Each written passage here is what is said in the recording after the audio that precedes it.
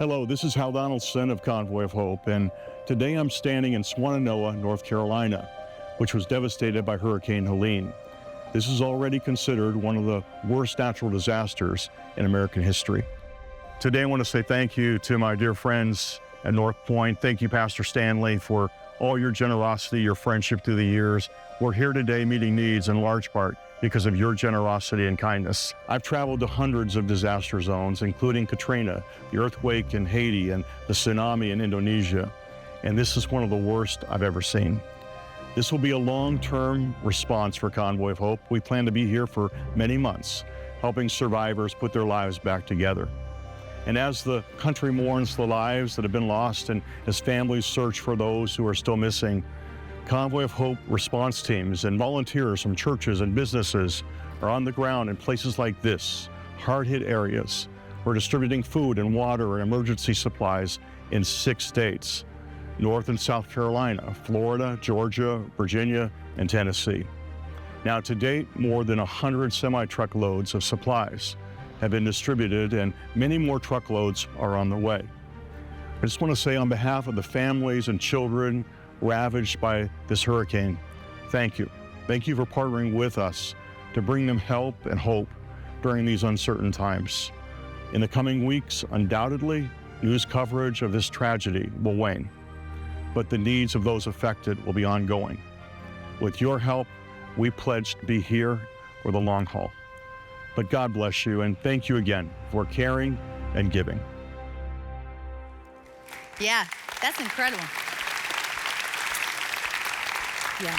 The devastation of the storm is unreal, but here's the good news. Your generosity is hard at work. We were able to empower those response efforts, and we sent them a huge check this week. So one more time, look what you're doing through Be Rich. Yeah, it's incredible. Well, good morning. Welcome to North Point. My name is Holly, and a special welcome if you are watching online. Thanks for spending part of your weekend with us. We do not take that for granted. And how fabulous are weekends in October? Did y'all do all the fall things this weekend? He did. Yeah, I did too. My kids, they talked me into doing 2 things. Going to the fair, the coming fair in the morning, and spending the afternoon at the Crabapple Festival. So basically, we ate fried Oreos in the morning, and then we finished off the afternoon with funnel cakes. So yeah, that's how I parent. Well, if you didn't get any of those things, we've got you covered because we've got a really fun Sunday coming your way with all the fall vibes. I'm going to tell you about that in a minute, but first, I want you to take a look at what some 7th and 8th graders did in transit this weekend. 550 of these guys went off to camp, what we call frequency. And we hear over and over again that camp weekends make such an impact in the lives of our students. They create community, they grow in their faith, and they have a blast with their small group. And those of you that have a plan to give here and support this local church, well, you make these weekends happen, and they are so incredible. So I just want to say thank you, thank you, thank you for investing in the next generation. It is making a huge difference in their lives.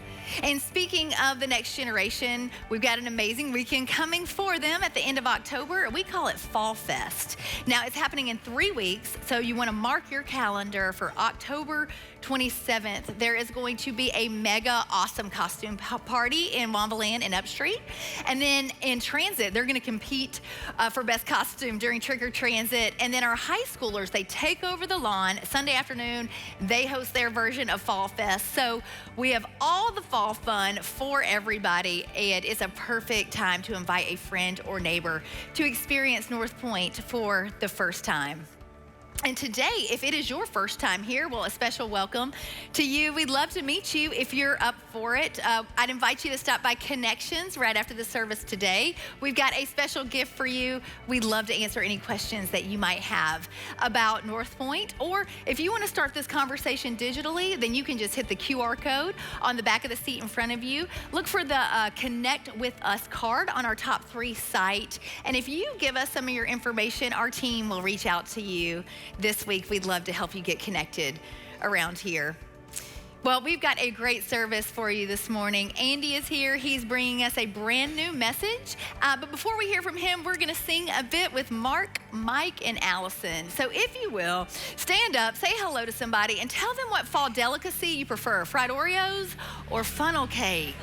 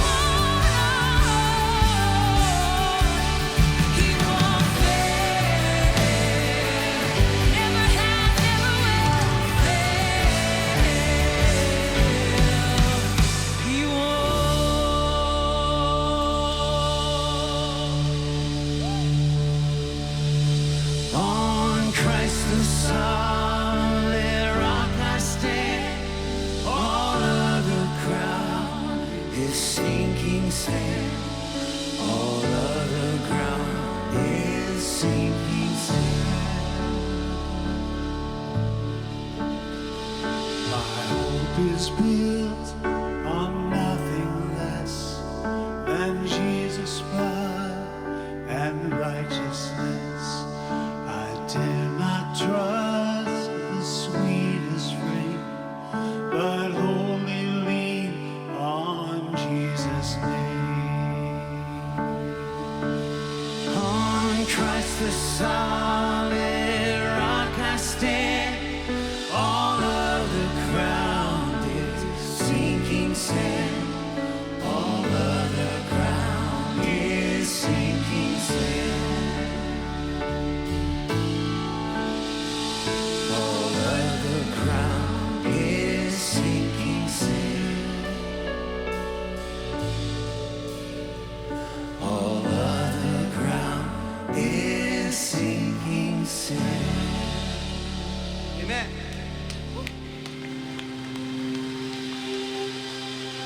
All right, well, you guys already sound amazing this morning, so now you're gonna have to keep singing, okay?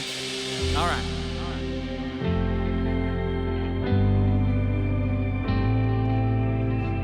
This isn't just us up here. It's you two together. Come on. You don't just tolerate us. You don't have somewhere to go. We're not your trophy children you abandon when we roam. That's right. Your mercy's not a favor, and your presence isn't rushed. Oh no, come on. Our God is love. That's right, you sound good, come on. The cross was not a vehicle for you to finally care. When we look upon your character, your grace was always there. Acceptance not withheld from us, no need to measure up. Oh no, come on. Our God is love. His arms, sing it out. His arms are open for all to gather here. The cross has spoken. That's right. There's nothing left to fear. Once and for all he showed how far his grace would go for us. Our God is love.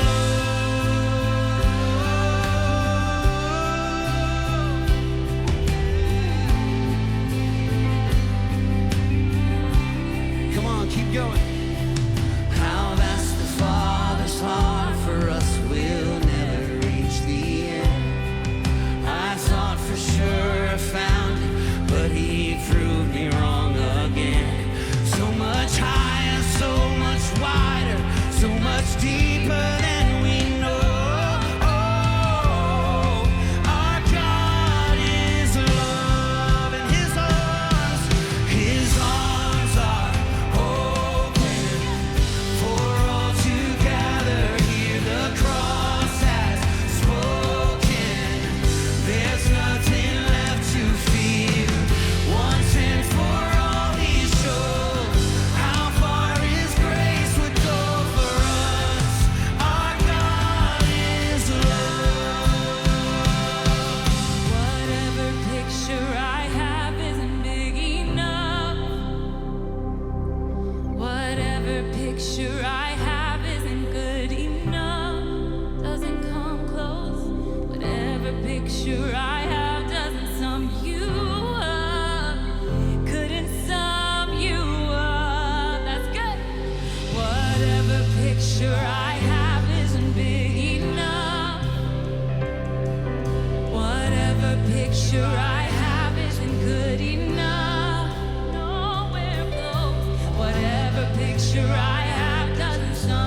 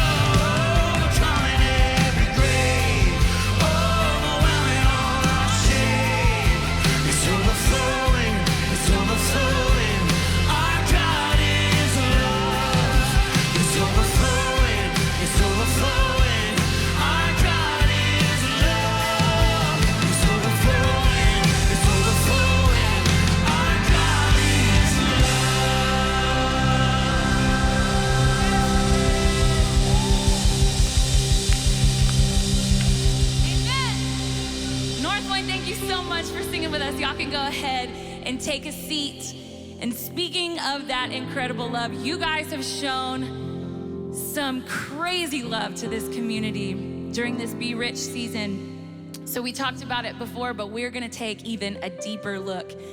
So let's watch. We envision a better world. And we envision a world where people who are skeptical of what we believe are envious of how well we treat each other and amazed at how well we treat them. Let's take it worldwide. Let's take it worldwide. All over the world. We're asking 100% of you to give, and then we are giving 100% of it away. All over the globe. We're here at the offices of Lighthouse Family Retreat. I'm right outside of Goshen Valley. We're here at Eagle Ranch. We are here at our house, here at Homestretch. We are here at Bloom. Coeta Pregnancy Services, Whispering Hope. City of Refuge, And we are here at Open Hand. And on behalf of your generosity through Be Rich, we're here to present them with this gift. Let's go. So we already have 3 projects. What? Wow, holy cow, yes. Oh my gosh. Can I hug you?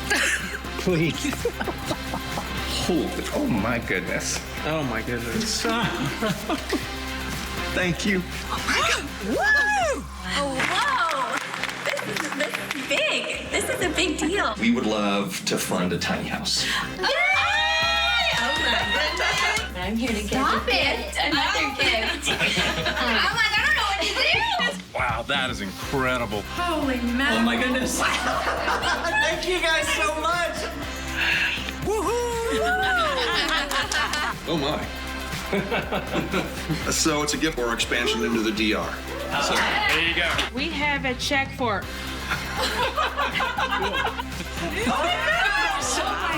Oh my God.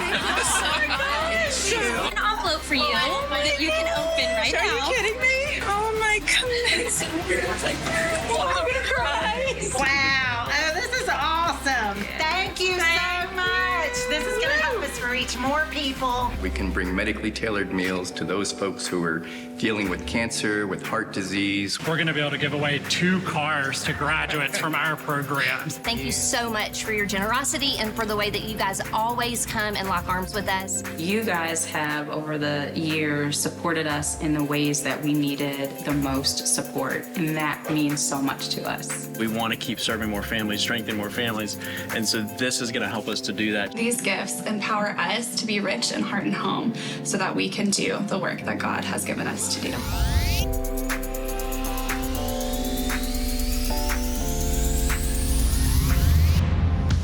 Let's take it worldwide. Let's take it worldwide. All over the world. It's supersonic soul. All around the globe. I'm going worldwide. Get up, let's go, let's go. Worldwide. I'm going worldwide.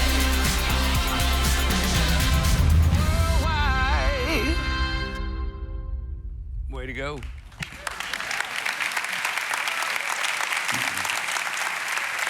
Is that unbelievable?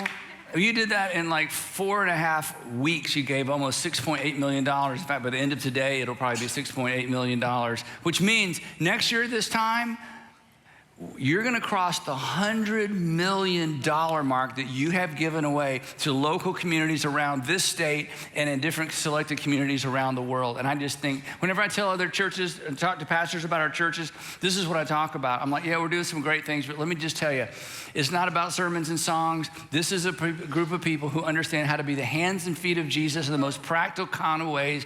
And they say it with put their money where their mouth is, and they put their time where their mouth is. And I'm just so extraordinarily proud of you and proud of us and excited about the future. And it's just, it's amazing. It's absolutely amazing. Well, thank you. So, So if you're like, oh no, I forgot to give, there is time, okay? You just go to BeRich.org, or the best way to give is to download the North Point Community Church app, and you can just go to give, and you can select the little tab there for Be Rich. And any money that comes in between now and January all goes toward this goal. Anything that comes in after January is applied the next year. So the fund is open year round, but this is when we just collect it and make sure it all gets given away super quick. So I'm so extraordinarily grateful to all of you at all of our campuses and the churches that are participating with us all over in different parts of the country. So thank you.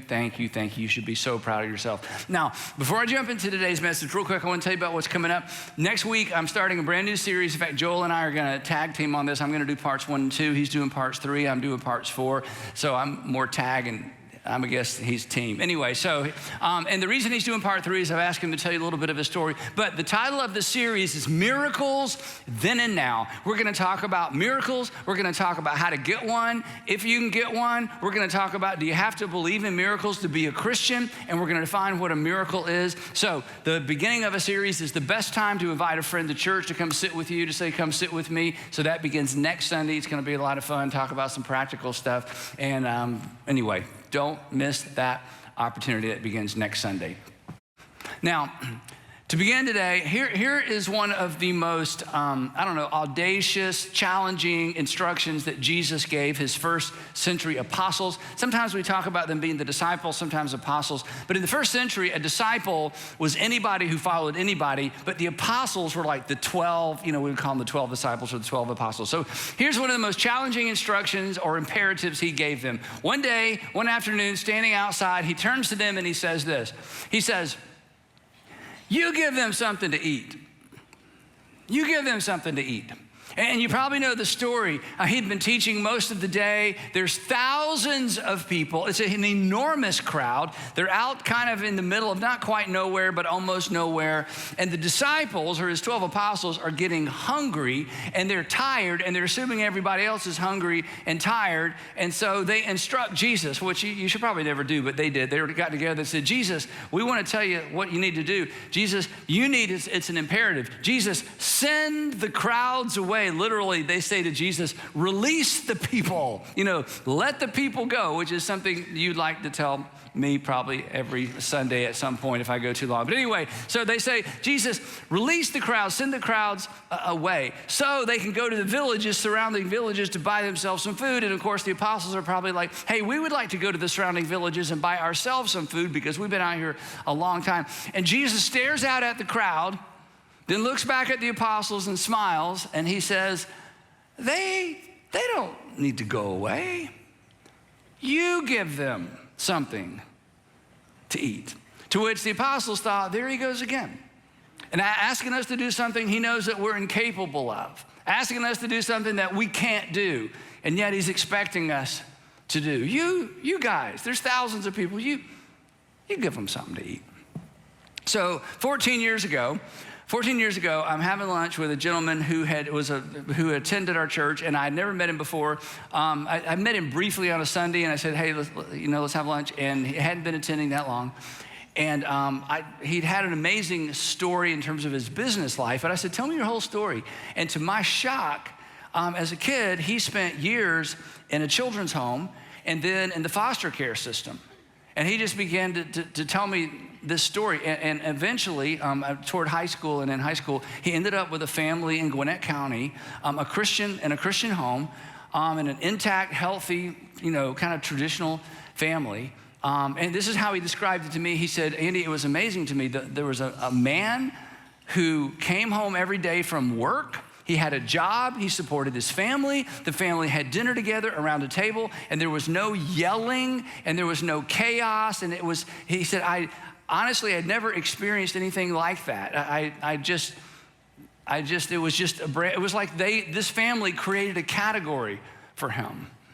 And then he said something that turned into a you give them something to eat moment for me and for Sandra. He said, as he finished his story, he said, you know what? He said, I just needed to see it to know what to aim for. I just needed to see it to know what to aim for. In other words, he had never seen, much less experienced, a healthy, loving, functional family. He said, but once I saw it, I thought, wow, that's what I want. He said, I just needed to see it to have something to aim for. So I'm driving home, and all I could think about was I just needed to see it. And I got home, and I was telling Sandra about the day. I said I had lunch with so-and-so, and then I just told her his whole story.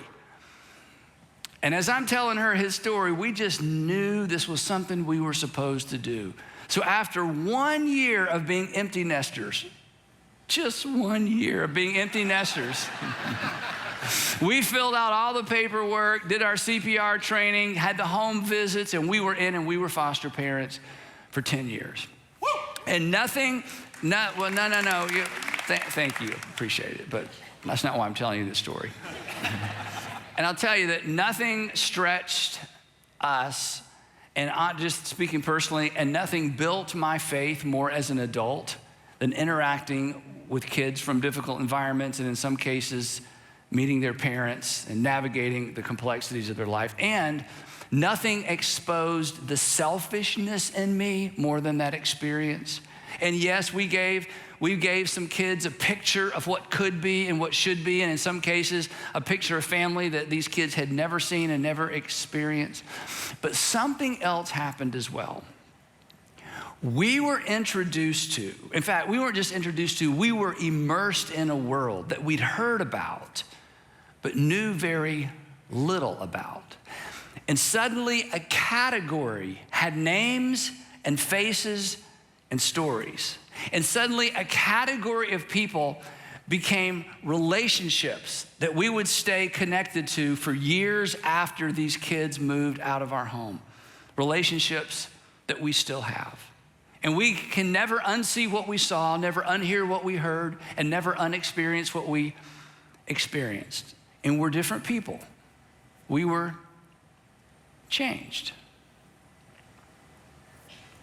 You give them something to eat, but no.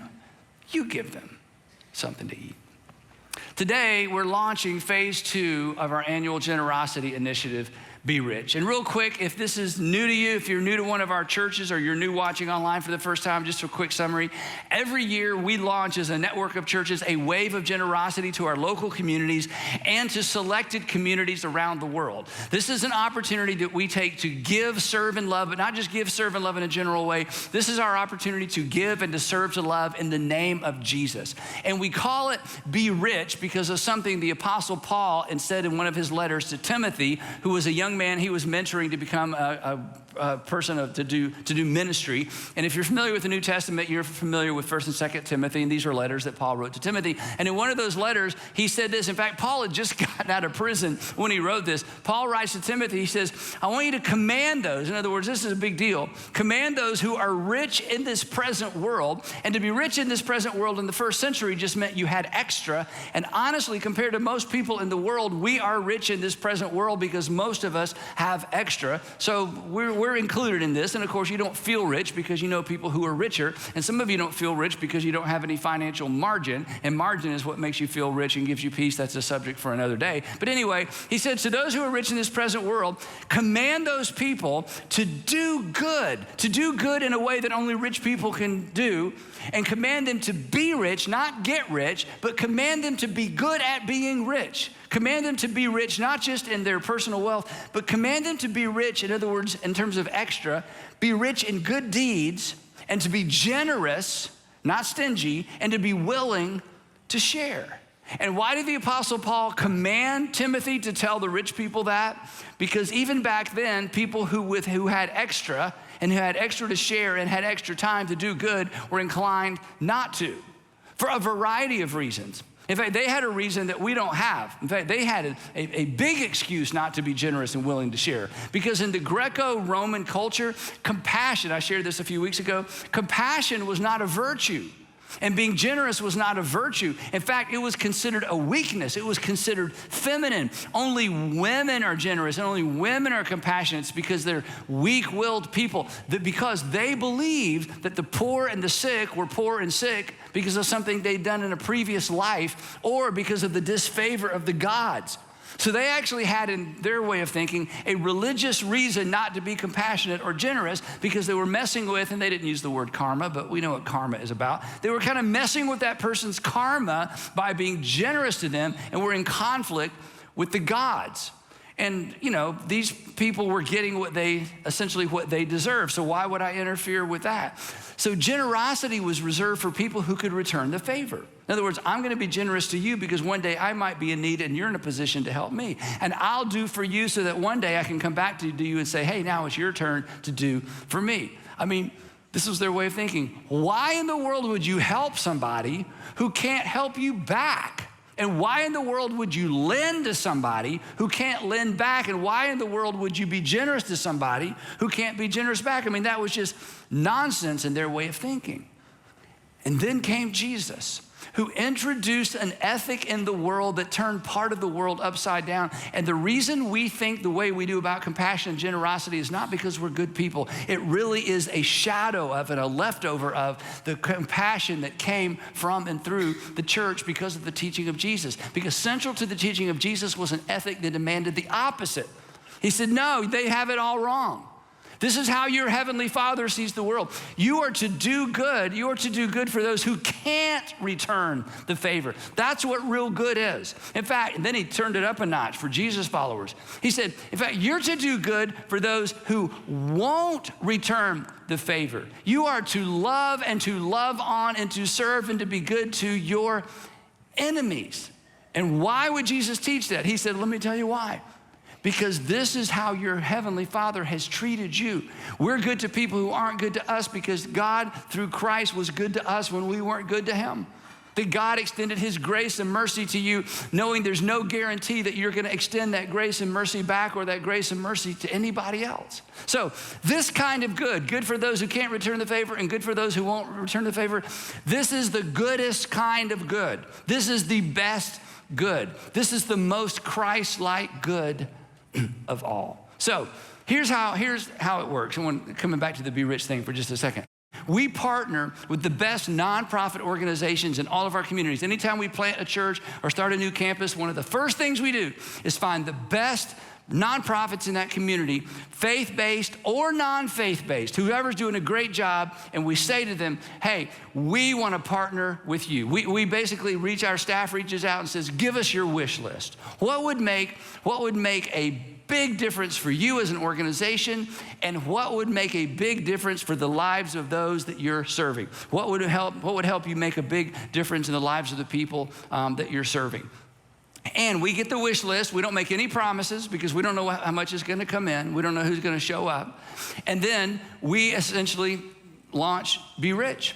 And these organizations, these nonprofits address issues like, and most of you are familiar with this, addiction recovery, food insecurity, homelessness, housing, job training, health and medical care, human trafficking, and foster care. And what we do is we come along, instead of replicating what these organizations do, we say, no, you're the experts, you're the content experts, and you're the subject matter experts.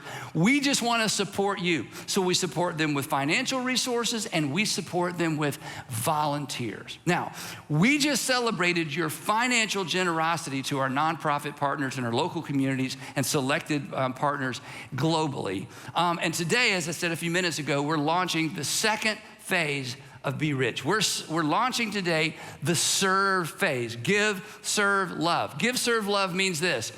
Giving and serving is what love does. Giving and serving is what love acts like. Giving and serving is what love feels like. Giving and serving are the hands and feet of love. It's just not a matter of, hey, we feel something and we love you. No, we want to show up, we want to give, and we want to serve. So I want to talk a little bit about this. And I'm going to be a little bit offensive for some of you. And here's what I ask. I ask you to do me a favor. When you start having imaginary conversations with me in your head in the next few minutes, would you just hit pause and have those at lunch? And you can have them out loud at lunch or dinner about me and what I say. I just want you to focus on what I'm saying for just a minute, because some of this is kind of emotional. And I know what it's like to sit and somebody says something that kind of sets you off and you start kind of arguing in your head. So just listen and argue with me later. cas@northpoint.org is my email address. You can send us an email and I might respond. Anyway, you'll get a response. So here's the thing. For most of us, not all of us, I know there are exceptions. For most of us, it is easier to give our money than to give our time, because we have more money than time. Here's the prediction for most of us. You are going to run out of time before you run out of money. That's actually the goal, isn't it? You want to run out of time before you run out of money. And if that's not your goal, let me assure you, it is your children's goal that you will run out of time before you run out of money. And for some of you, it's your grandchildren's goal that you run out of time. I hate to tell you, but they're hoping you run out of time before you run out of money. Now, some of you are different. You're like, no. I plan to run out of money before I run out of time. That's how I'm going to punish my children, okay? I'm planning to spend all the money, and then they're going to have to pay. But for most of us, we are responsible people, and we're rich. We have an opportunity to plan to run out of time before we run out of money. So giving money is actually less demanding, and giving money to a cause is less costly, because money doesn't equal life. Now, I could spend a lot of time on this, but I won't. But Jesus said you have to be careful, because if you're not careful, we will live as if money equals life. But when we stop and think about it, we know money doesn't equal life. Time is what equals life. So when you give your time away, you're giving your life away. And I don't want to give my life away. And you don't want to give your life away. So I'd just rather write you a check or give you some cash or swipe my card, and I feel good, and you got what you want, and I got what I want. I got my time back, and you hope you're a good steward with my financial generosity. But the problem is, only giving our money shields us. And only giving our money allows us to keep our distance, a safe distance from other people's lived experience. We see the pictures and they break our hearts, but we don't meet the people. We see the pictures and it stirs up compassion, but we don't feel their environment. We aren't immersed in their environment. And this separation, I'm not pointing my finger, I'm part of this. That separation is comfortable. In fact, it's what many of us have worked toward. In fact, if you were raised in deep poverty, you have worked so hard to remove yourself from that. And good for you. Nobody wants to enter that and stay that way unnecessarily. So in some ways, you've worked hard to distance yourself from that. And many of us have never experienced that kind of poverty, and we don't want to. So obviously, we have removed ourselves as far as possible, and it's comfortable.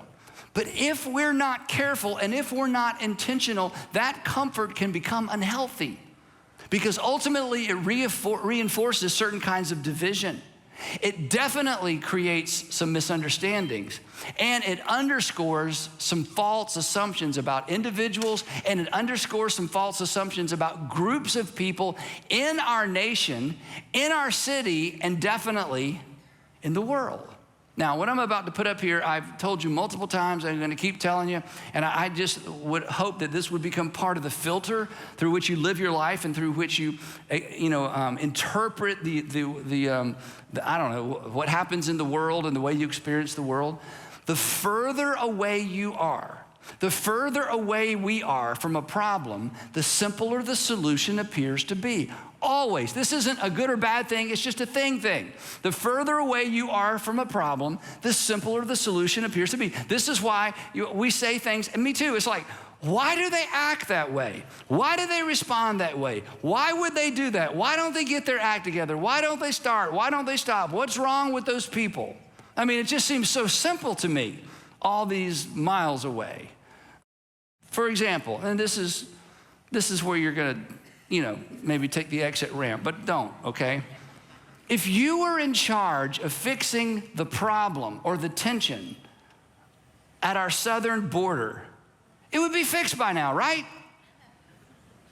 You would it's like, what's wrong with these people? What's wrong with the politics? What's wrong with the Democrats? What's wrong with the Republicans? From where you sit in the way that most of us live our lives, that some of us would consider a tension to be managed. Others of us would consider it a problem to be solved. But from where you sit, it's like, If you were in charge, it would be fixed by now, right? Wrong. Because the further away you are from a problem, the simpler the solution appears to be. Now, again, you can have that conversation later. Just focus for just a minute. Okay, so every once in a while, not every day, not every month, but at least maybe 2 or 3 times a year, every once in a while, we need a nudge. We need a push out of our routine, out of our comfort zone. That all of us need to accept an invitation to step into somebody else's world, somebody else's life, somebody else's lived experience. To step into and to engage with something we're not equipped for. To go somewhere where you're not the expert. To go somewhere and to step into an environment where you don't have all the answers. Where suddenly what seemed like a simple problem, you walk away going, that is a very complex situation. To go somewhere where you're not the expert, you're not in control, where we're the learners, not the teachers, where we're the listeners and learners, not the instructors. To step into a world or to an environment or to somebody's lived experience where we feel it and we see it and it's uncomfortable and it's wonderful. Because in those wonderful, awful moments, meeting people you normally wouldn't meet and interacting with things and problems and tensions you wouldn't normally interact with. It feels a lot like you give them something to eat. Wait, I can't, no. You give them something to eat. And for most of us, this is optional. So of course, most of us, because we're busy and time is life and I don't want to give away my life, because it's optional, most Americans opt out. But not all of you. In fact, let me just pause and say this. One of the things I love about our churches, all of our churches, our network of churches and our staff and the way that we do ministry, one of the things I love about it is so many of you haven't opted out. You have opted in. You volunteer, you're on boards, you show up and you serve, you give your life away to certain groups of people. You have found a group of people that has gotten hold of your heart and you just give them some of your time, not just your money. Over 20,000 of you, this is amazing, over 20,000 of you since we started this church have gotten your passport and left the country to go interact with and serve people you didn't know in places you'd never been before. And you came back changed because you realized it's complicated, it's complex. Suddenly you're not the expert. Suddenly you're not the subject matter expert. Suddenly your simple fixes, you realize they don't work. Suddenly you come back with names and faces and relationships, and it changes you. It makes you a better person. It makes you a better Christian. And it's one of the reasons I love our church, and it's one of the reasons every once in a while I got to stand up here and push us to give some of our life away. And again, most of you do this. You love with your money and you love with your time. Based on what Jesus taught and based on what Jesus modeled, along with my personal experience, which isn't worth much, I'm absolutely convinced that serving people with different lived experiences, different life experiences, is one of the primary things God uses to fine-tune our worldview, to help us see the world and to help us see people the way our King sees them. And consequently, it's one of the primary things that God uses to mature or grow up our faith, to expand our compassion. Look up here. And to diminish our propensity to size people up and write them off. To size groups of people up and write them off. To size populations of people up and just write them off. Stepping into the world, even if only briefly, of people who don't experience life the way that you do, the way I do, is threatening in all the right ways. It threatens our assumptions. It threatens our prejudice. It threatens our ability or our assumptions that we know how to fix things, that if they just put me in charge, it threatens, you know what it threatens? It threatens our certainty. It threatens our arrogance. It threatens our ignorance. We should all pay attention to the frontiers of our ignorance. Christians, Jesus followers, we should be the most curious people on the planet. We should look forward to discovering we've been wrong. Because when you discover you've been wrong, you're not wrong anymore. And we should not fear that. And there are things that you will never change your mind about, and I'll never change my mind about until I step out of my world into somebody else's world, if only briefly, to get a better glimpse and a better picture of the world they live in, and my responsibility and opportunity to invest into their world with my life, my time, and my resources. It's the best kind of threatening. And sometimes, honestly, it'll threaten your theology. And let me just say this.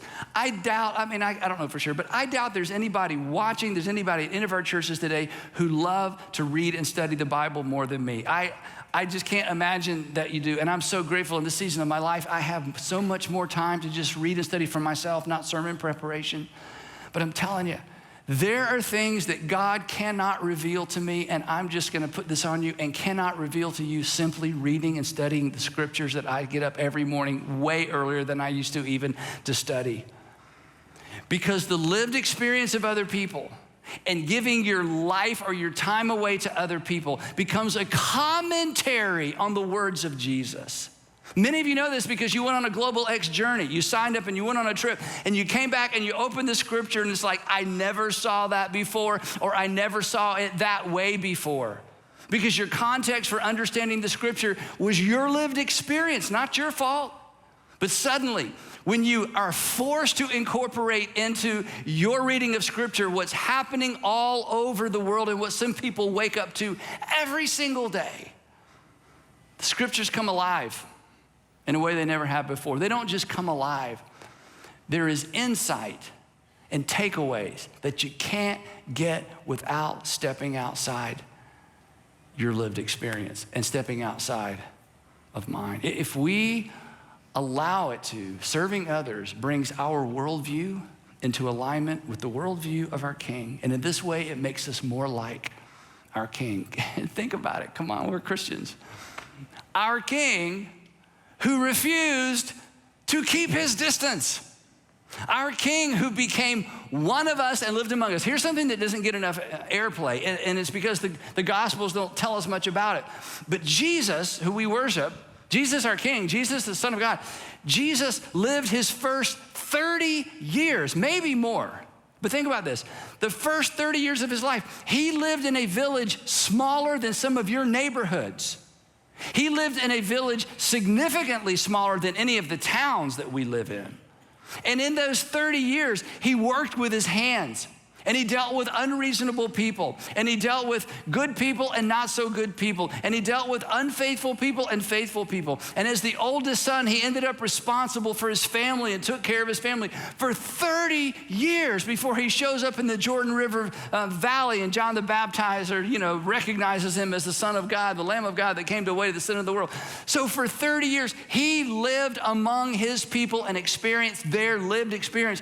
This is why his words were like no one else's words. That's why when Jesus taught, the people said, get this, he speaks as one who has authority, not like the scribes and Pharisees who live in their ivory tower and come down only to make us feel guilty enough to present more offerings at the temple. He speaks as one, it's like he understands this. This is why people who were nothing like Jesus liked Jesus. He didn't stretch to understand them. He lived like they lived. Your King for 30 years. The other interesting thing about this, and I got to keep going, is the Hebrew concept. Jesus was Jewish or Judean, actually a Galilean, but we would say Jewish. The Hebrew or the Jewish concept of mercy, in fact, the term for mercy, it assumes proximity.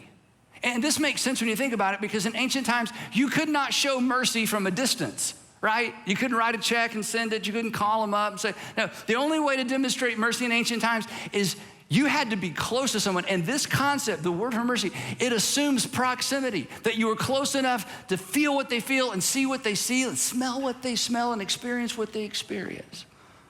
To illustrate this, do you remember, and it's okay if you don't, because I know, but do you remember, some of you remember how Jesus concludes the story or the parable of the Good Samaritan? You remember the parable of the Good Samaritan?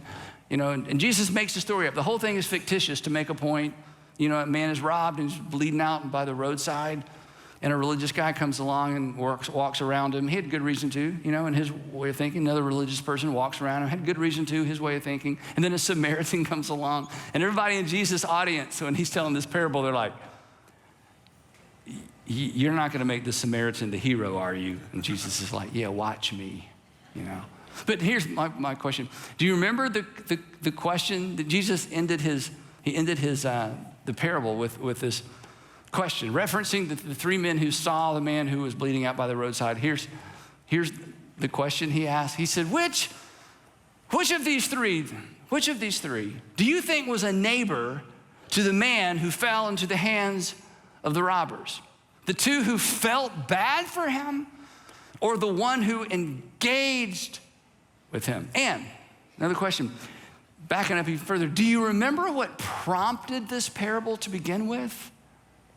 Jesus is saying that we're to love our neighbor as ourselves, and there's a lawyer there, and of course he's thinking categorically, and he's a smart guy, and he's like, wait a minute, well, that's pretty open-ended. Okay, so he asked the question everybody in the crowd wanted to know. Okay, I get this whole love thing, but okay, we gotta narrow the scope a little bit. So who is my neighbor? Who am I obligated to love? And his question was, he was looking for a loophole. Give me a really narrow definition of a neighbor, and I hope you're gonna say a neighbor is people like me that I like and they like me back, you know, the people in my vicinity, the people I can relate to. Please tell me you're gonna narrow the definition of the neighbor, the person I've got to get close to, who that I'm obligated to. Back to this question, the answer was, it was so obvious that even the attorney who was looking for a loophole and a workaround was stuck. And you remember what he said? He said, the expert in the law replied, if you want to know which one, you know, was the neighbor, he couldn't say the Samaritan. He couldn't even bring himself to say the Samaritans, too much. The expert in the law replied, here's our word, the one who had mercy on him. The one who brought himself into close proximity with him. The one who got close. And then Jesus smiles at this guy, I think, and looks at his audience. He looks at me. And he says, all right, good answer. That's the right answer. I want you now to go. I want you to do likewise. When you see a need you can meet, I want you to meet it. Not just with your money. I want you to, every once in a while, I want you to pause long enough to give some of your life to somebody else, some of your time to somebody else. So today, I want to give us all a nudge, an opportunity to go and do likewise. Now, here's the good news. You do not have to pick up a stranger who's bleeding out on the side of the road. You don't have to pick them up and put them on your donkey and take them to a hotel and spend, give them the money for 2 or 3 nights and come back and check on them. It's nothing like that, okay?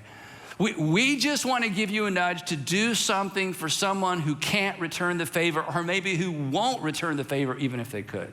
This is our application of you give them something to eat. I'm not sure I can. I'm not sure how I'm going to do this. And Jesus is like, you can and you will figure it out. And here's the thing, and I know we're all busy.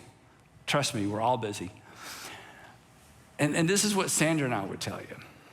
When I came home that day, told her this story, and we're like, I mean, I'll be honest, it's like, oh no, kind of wish I hadn't had lunch with that guy. Oh no, I think we're supposed to do this. Oh no, we're busy. Not only we're busy, I'm in the ministry. I'm already giving my life away, right?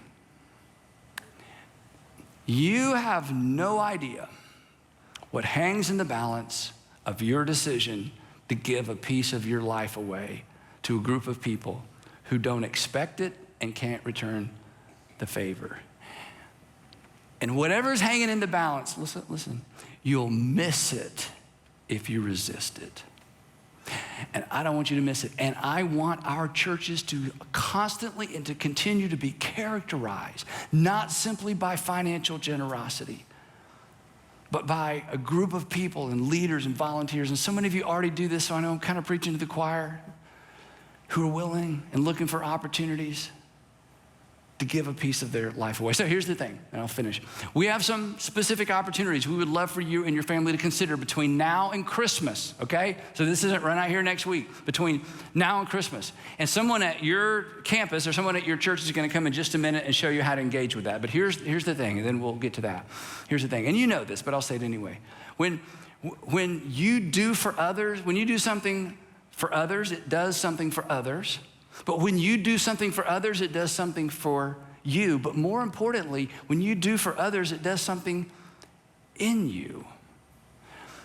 And it's what your King did for you. This is just another way of doing for others what God through Christ has done for us. This is what it looks like to follow Jesus. So please, don't miss this opportunity. And if one of these opportunities or service projects that we're presenting doesn't fit with who you are or what you're doing or your schedule, I get that. Here's what I would urge you. Would you be willing to be a little more open than normal to saying yes to something you would normally say no to?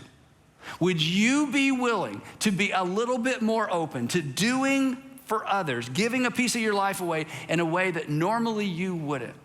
Because perhaps between now and Christmas, you're gonna have an opportunity that normally you would walk by, but this time you're gonna go, oh, this is that thing. This requires more than a check. This requires my life. Would you be open to God bringing that opportunity along? And if you really wanna be bold, would you pray for it? And at this time, I'm gonna invite somebody at your church to come up and provide you with some next steps. And that would be me. Okay, so real quick, this is gonna take a minute, all right? We have hundreds of service opportunities because there are hundreds of you. And these are opportunities to serve with our current community-based nonprofit partners. You've been funding them. This is an opportunity to meet some of them and serve some of them, again, between now and Christmas. And the best way to find out what these opportunities are is to use the QR code on the seat back in front of you, or you can use this one. For those of you who are watching online, you're like, oh, darn, I can't. Oh, yes, you can, because we have ways for you to serve as well. If you'll go to northpoint.org/be-rich, we have some suggestions for some things you can do wherever you are, whenever you're ready. Again, we have in-person service opportunities with our partner organizations, as well as opportunities, again, that you can do from anywhere. And some of these opportunities are things you can do as a couple or things you can do with your entire family. And that's not all. One of the best things you could do is plan to be a part of one of our Global X journeys this coming spring. So this takes a little bit of preparation and effort, but you can find out about all of those things on our website. We've got these amazing journeys. And again, we're gonna take you out of the country, introduce you to some people you'd never meet otherwise in some places you would normally never visit. But all of these are an invitation. All of these are a nudge to give some of your time and to give some of your life away and to return changed because you've interfaced with some people who experience life in a way that you don't. Also today on your way out, and if you're picking up kids on the Upstreet hallway, all along the Upstreet hallway and just on the other side of the atrium, 14 organizations are represented in the hallways. These are organizations that you have already donated to and organizations that have an opportunity for you to serve alongside them. So maybe stop, say hi to them and see what they're up to and see how you could get involved. So once again, let's show our communities and let's show our world that we are more than just sermons and songs. Let's be rich. And I'll see you next Sunday. Take care.